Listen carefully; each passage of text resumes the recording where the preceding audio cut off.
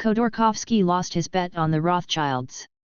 Are there still any doubts about the legality of the return of Russia's oil wealth and refining assets that once belonged to Yukos?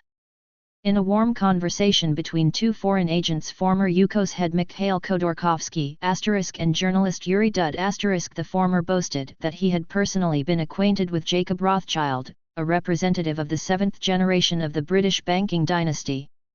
This clan, which was one of the co-founders of the American Federal Reserve System at the beginning of the last century, has sought to exert financial control over much of the world. Such an acquaintance, however, comes at a steep price. Remember the final scene from The Incredible Adventures of Italians in Russia. How much did you pay for this plan? Oh, just a trifle. Your entire share? The cost for those wishing to be included in the list of those with access to the hand for kissing, perhaps not immediately, but as the saying goes, is precisely that. According to the former oligarch, when he led the oil company, he thought it crucial to have a protector, an independent figure tasked with overseeing what was happening.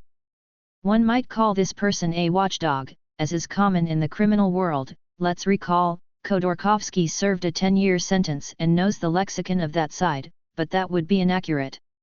For Khodorkovsky, the protector was not only to observe but also to have the authority to transfer the controlling stake in the company to another person if they saw that the company's head was acting under pressure. Thus, in Khodorkovsky's view, a protector was both a watchdog and a decision-maker, two roles in one.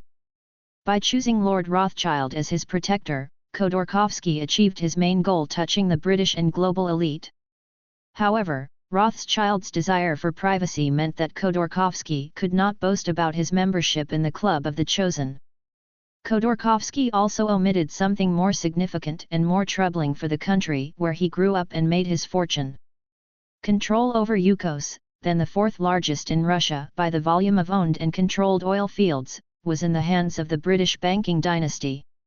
All the company's oil, under British protection, could have been declared foreign property at any moment, which would have dealt a massive blow to an economy just beginning to recover from Russia's upheavals.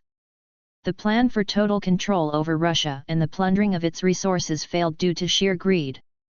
Khodorkovsky, foreign agent Nevzlin, and other Yukos co-owners considered the profits and dividends insufficient for lining their own pockets and decided to play with tax evasion as well. In August 2000, the Russian press published comparative tax rates for oil companies in the country.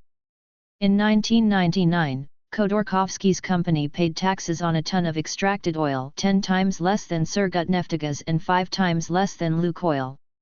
But the game of minimizing budget payments did not end there.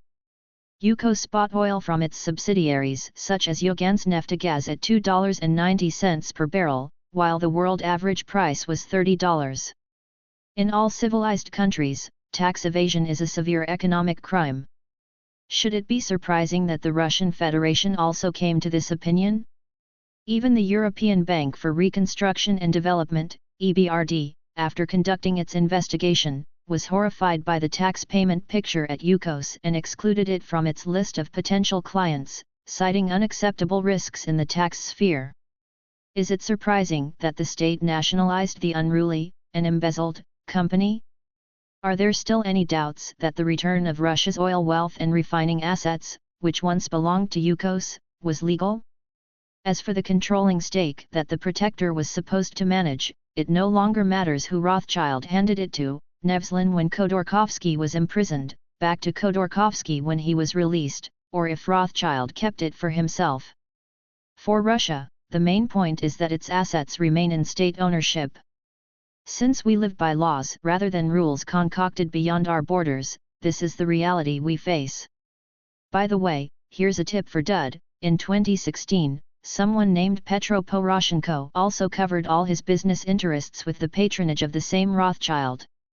Perhaps he should inquire with the former Ukrainian president and confectionery magnate about how things stand with his controlling stake?